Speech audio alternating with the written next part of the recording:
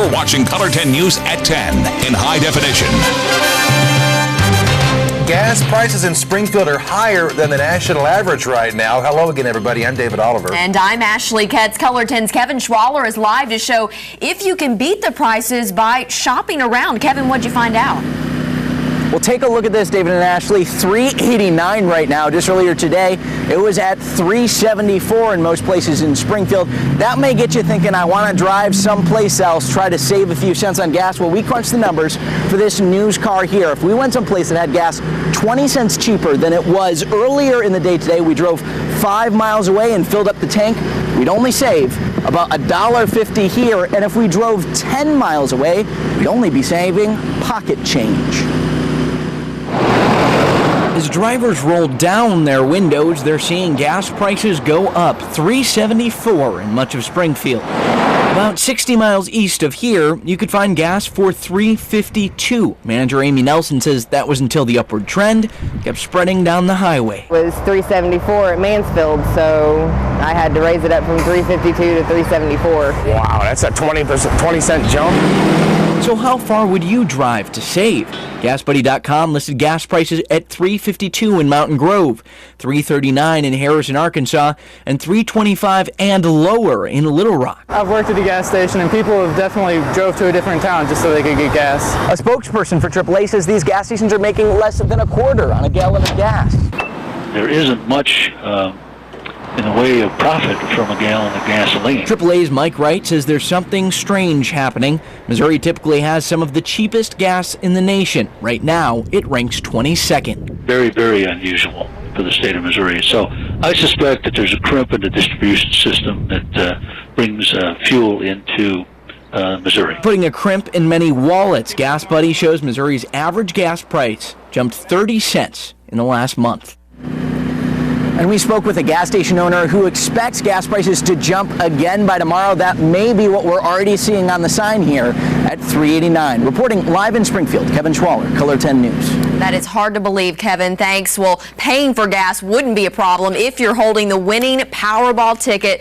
Just a few minutes ago, the numbers were drawn for the $360 million jackpot. Here are the numbers: 2, 11, 26, 34, 41, and the Powerball is 32. We are going to show these to you again a little later in the newscast. Well, what do you know? Those are my numbers. I'm out. So, Jamie, I'm out. You're in charge, buddy. I'll see you, okay? All right, I'll take over just like you had to take over earlier. I was one off, so I'll stay. That would still be a sizable amount, right? I mean, even if you're only one off. I'm just kidding. Yeah, he's just kidding. He's just kidding, folks. Yeah, you still have a chance to win.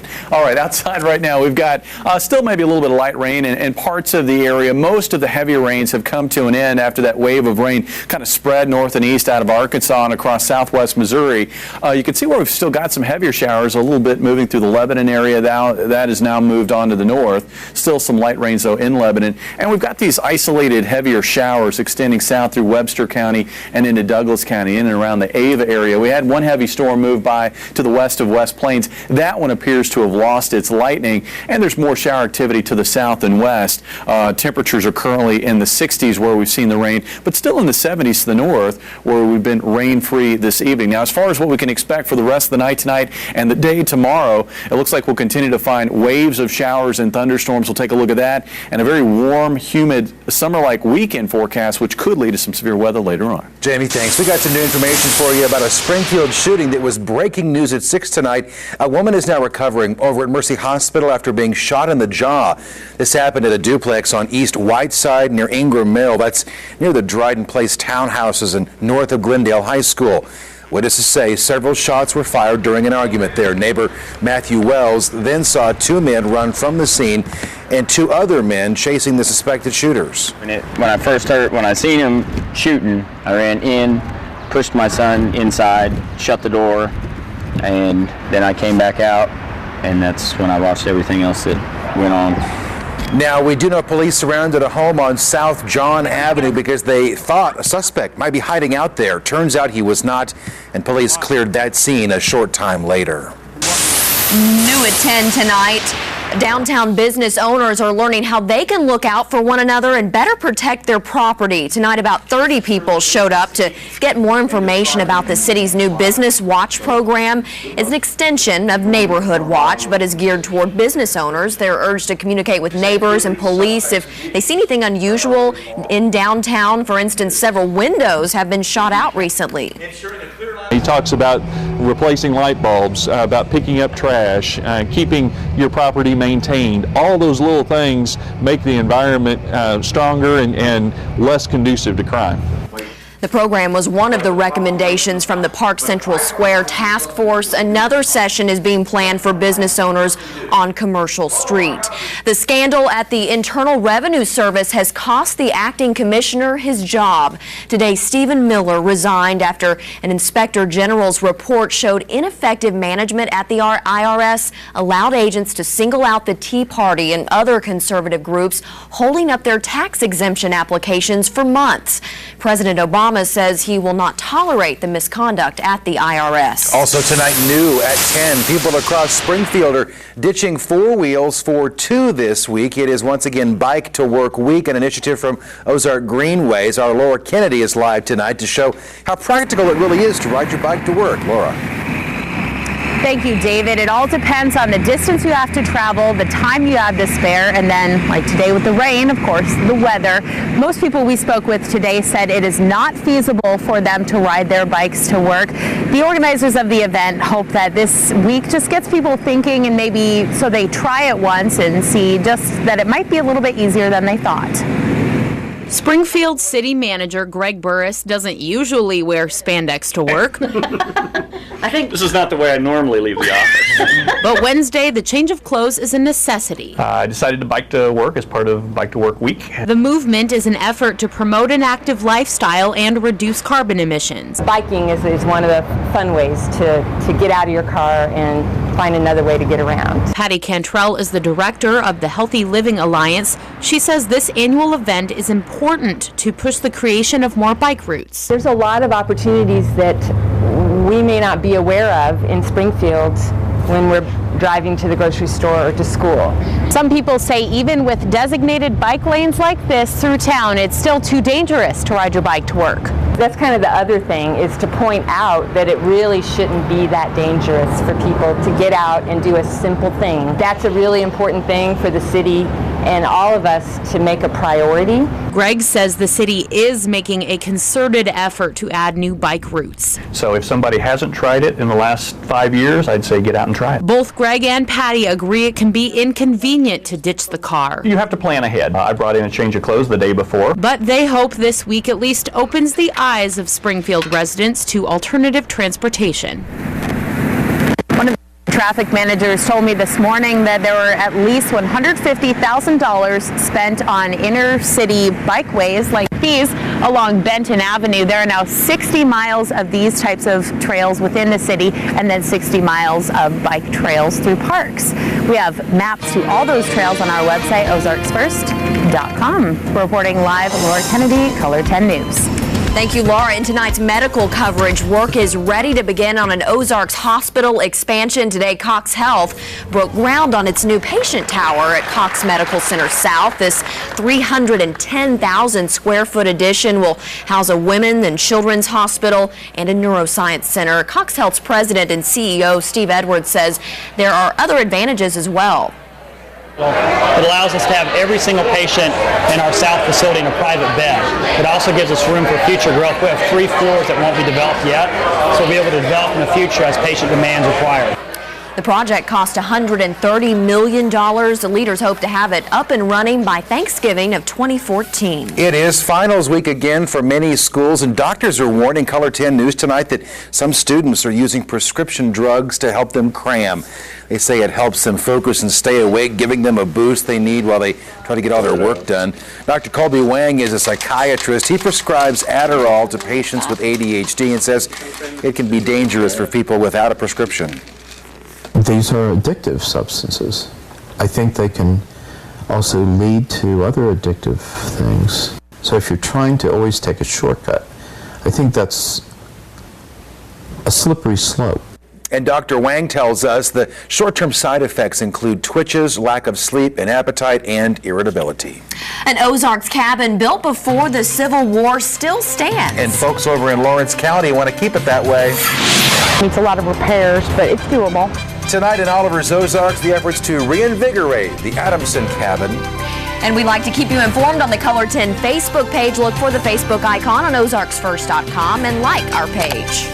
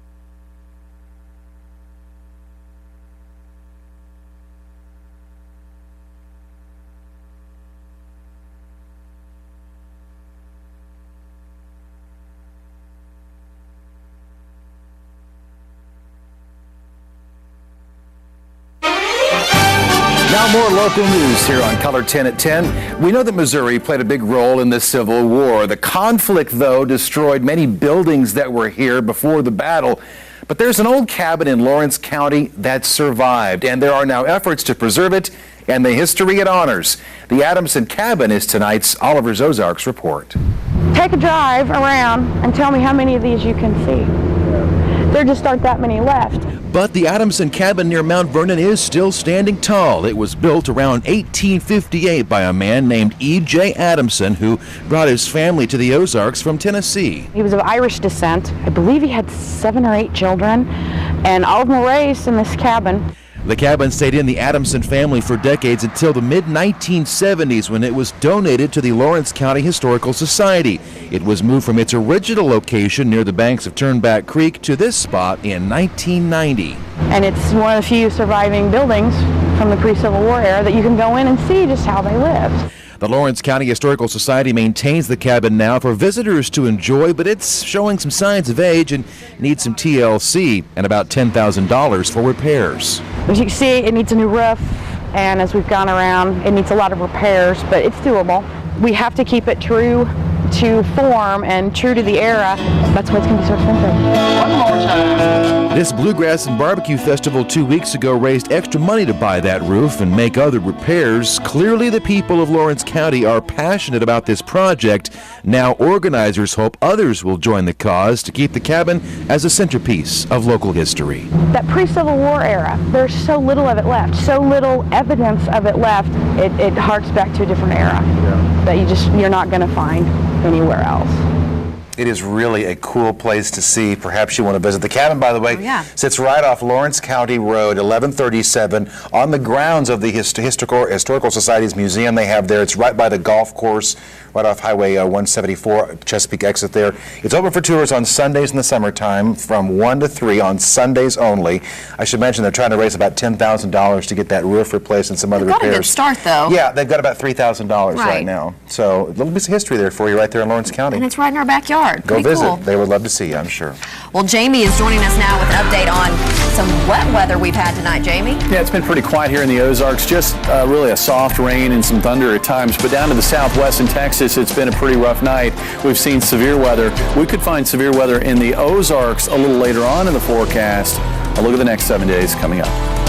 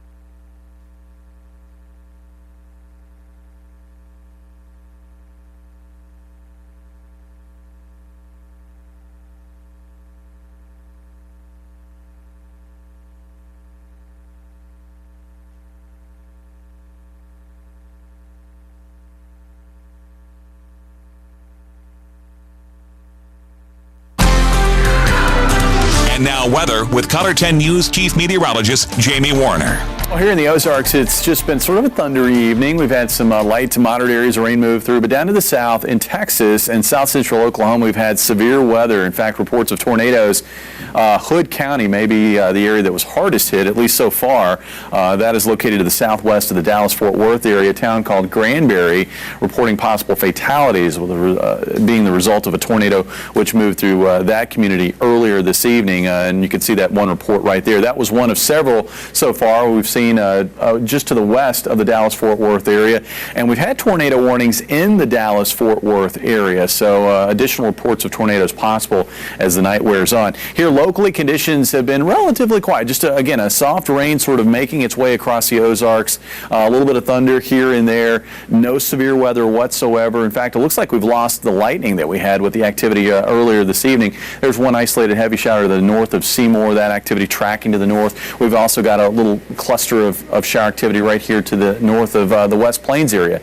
That is weakening as it too makes its way toward the north. Rainfall totals generally around 1/4 to 1/3 of an inch in areas that have seen rain this evening. Here in Springfield, about 1/4 of an inch, 1/3 of an inch down in Harrison, 1/4 of an inch in the Fayetteville area. Notice rainfall totals lighter or non-existent to the north and to the east. We just haven't seen the rain get into those areas. Now, the reason for the severe weather to the south and the rain that we've seen here in our area this afternoon and this evening is the same. It's an upper level low that's currently parked across Oklahoma, and waves of energy are rotating around that upper level low. And those waves of upper level energy are also generating waves of showers and thunderstorms. They tend to be the focus areas for additional shower and thunderstorm activity. And I think while we've seen one area make its way through this afternoon and this evening, we could see additional waves of rain make their way into the area later tonight and then into the daytime hours on Thursday. And once we get that system through the area by Friday, it looks like the weekend will be muggy. It will feel like summertime with highs maybe up near records both Saturday and Sunday. Looks like highs between 85 and 90. Saturday and Sunday, and then the next system comes in and will meet up with that heat, that humidity, that instability, and this system will have ample shear, so we will have to deal with the risk of severe weather locally, probably not so much on Sunday, at least not here. I think that severe weather threat will probably stay to the west across eastern Kansas and maybe westernmost Missouri, but certainly Monday and possibly into Tuesday we could see rounds of severe thunderstorms. Overnight tonight, not expecting any severe weather, but we will have the possibility of additional shower or thunderstorm activity with the highest chances, I think, to the south of Highway 60, especially across northern Arkansas. That activity will tend to move on off to the east as we work through the morning on Thursday. And then for much of the day on Thursday, we'll find mostly cloudy to cloudy skies with a spotty shower or isolated thunderstorm here and there. A lot of areas won't even get any rain, I don't think, during the day on Thursday. Low tonight only around 61, so feeling warmer at night as well. High of only 74 tomorrow. Again, the clouds will hold those temperatures down. I think we see some sun on Friday. That'll push temperatures into the low 80s, at least mid-80s on Saturday. I expect Saturday to be dry. Sunday, I think, mainly dry, but there will be a storm risk toward the evening hours west of Highway 65, I think. And then Monday, that'll probably be our big day. Tuesday, we could see scattered strong storms to the south, and then we'll finally get that front through the area as we get into Wednesday with mostly sunny skies returning and probably less humidity as well. Yeah, that rain today has just kind of been a slow rain. Nothing really exciting about it. Nothing exciting, just the way we like it. You know, it's been a very quiet severe weather season for the most part. True. It may pick up a little bit early next week, so we'll keep an eye on that. We will. Thanks, Jamie. Either way, I will have a Guinness World Record. I will be the best in the world at something. A Missouri State runner runs for a world record. Dan Lucy's coming up in sports, and we'll show you what makes tonight's attempt unique. Plus, St. Louis goes for its 6th win in the last 7 games.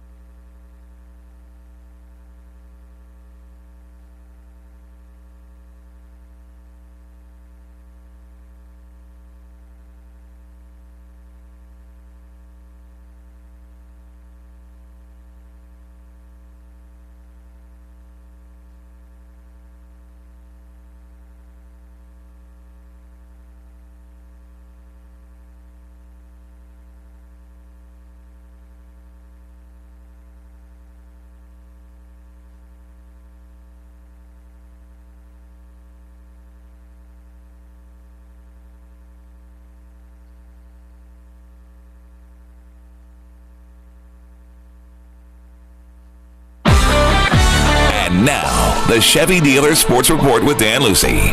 The St. Louis Cardinals sent rookie Shelby Miller to the hill tonight. The last time Miller was on the mound, he threw a complete game one-hitter. St. Louis has won 11 of its last 13 games. That winning streak has built St. Louis's lead in the National League Central to 2.5 games in front of the Reds. Missouri State product Sean Markham on the hill for the Mets, and he would strike out John Jay swinging here in the second inning. And then in the third inning, Shelby Miller would get David Wright to strike out looking right here. Both pitchers had it going early. St. Louis would finally get on the board in the fourth inning. John Jay would jump on this pitch and drive it to the wall in right center. Matt Holliday rounds third and comes in to score. Now, John Jay had a double. He was trying to get a triple, gets caught in the rundown right here, but the Mets would drop the ball, making the tag. Jay gets to third. He's safe, and that's important because the next batter is Tony Cruz, and Springfield class of 2010 singles to left. That makes it 2-0 St. Louis. Stayed that way into the seventh inning when Rick Ankiel, another former Springfield Cardinal, goes deep to left center over the Bud sign. That's a two-run shot to make it a 2-2 game. But in the bottom half of that inning, New York's Scott Rice with a wild pitch. Daniel Descalzo comes in to score on it to make it 3-2. Cardinals hold on and win 4-2. So the Cardinals are now 26-13, and they'll wrap up the series with the Mets tomorrow afternoon. Adam Wainwright on the hill. Springfield Cardinals continue to play red-hot baseball in the month of May. This afternoon, Springfield won its fourth consecutive game, beat Tulsa for the sixth time in 7 tries. Springfield starting to play a half game in front of Arkansas in the North. Drillers would strike first. Kyle Rowling would single to left. Delta Clary Jr. comes in to score, and the Drillers were up 1-0, but the Cardinals would answer in the second. Adam Melker, fresh off the disabled list, goes deep to right. This one's over the bullpen and out to the kids up on the berm. Watch out! Solo shot to make it 1-1. Springfield's Richard Castillo throwing BBs gets Jason Langfelds to strike out swinging right there in the second. Cards trying to get more third inning. Chris Swager singles to center. Mike O'Neill rounds third, heads for home. Play at the plate. He is out. Still 1-1. Michael Melker, though, would put the Cards ahead for good in the fourth inning. Another rocket to right. This is a 2-run shot to make it 3-1. Springfield wins its fourth in a row, 5-3 over Tulsa. A veteran Kansas City Royals broadcaster Fred White died today from complications from melanoma. Fred White joined the Royals organization in 1973, and he's been involved with the ball club ever since. Royals say that White passed away while in hospice care at the age of 76. Fred White was a Topeka sportscaster in the early 70s. When he joined the Royals, teamed up with Denny Matthews as the primary broadcast team from 1973 through 1998. White also was the director of broadcast service and a Royals alumni, and in the offseason, Fred White broadcasts Big 12 basketball, often teaming up with John Sunvolt. Kansas City Royals in L.A. tonight. The Royals scored 7 runs in the third inning on the Angels. Right now they own an 8-1 lead in the fourth inning. Lorenzo Cain belted a bases-loaded double to clear the bases in that one. Missouri State senior Emily Beaver wrapped up her college track career last weekend. But the distance runner from Diamond, Missouri had one last goal to achieve, get into the Guinness Book of World Records. Beaver's pretty talented at running long distances, and it turns out she can juggle as well. So why not combine the two? It's called joggling. And before an intimate gathering of family and friends in the pouring rain, Emily Beaver shattered the world record by running a 5:58.17 mile while juggling 3 hacky sack balls, smashing the old record by 19 seconds, and she can't wait to see her name in the record book.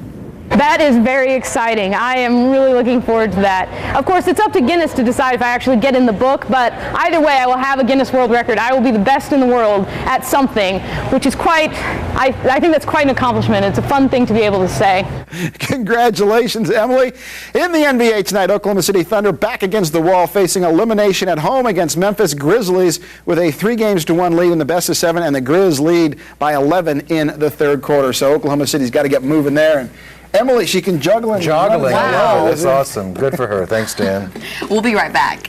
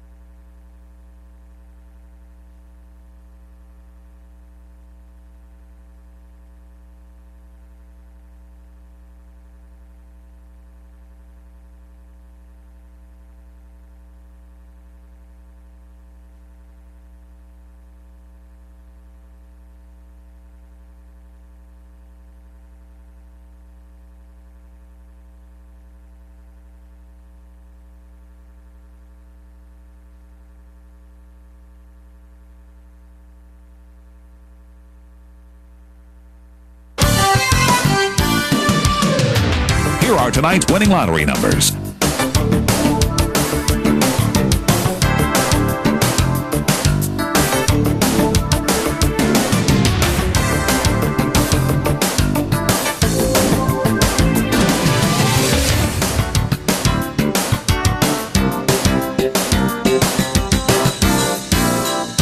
Color 10 News will continue in a moment.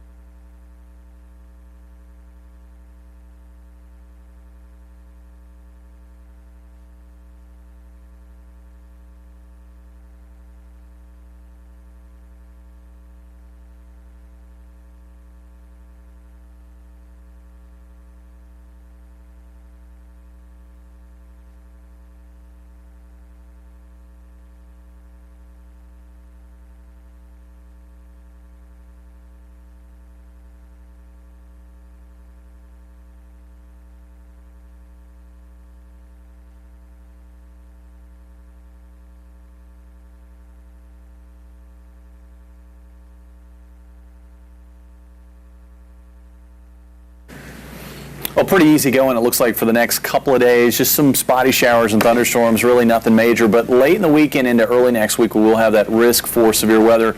And we're going to have warm weather throughout the next 7 days. All right, Jamie, thanks. And thank you for joining us tonight. We'll see you tomorrow. Good night, folks.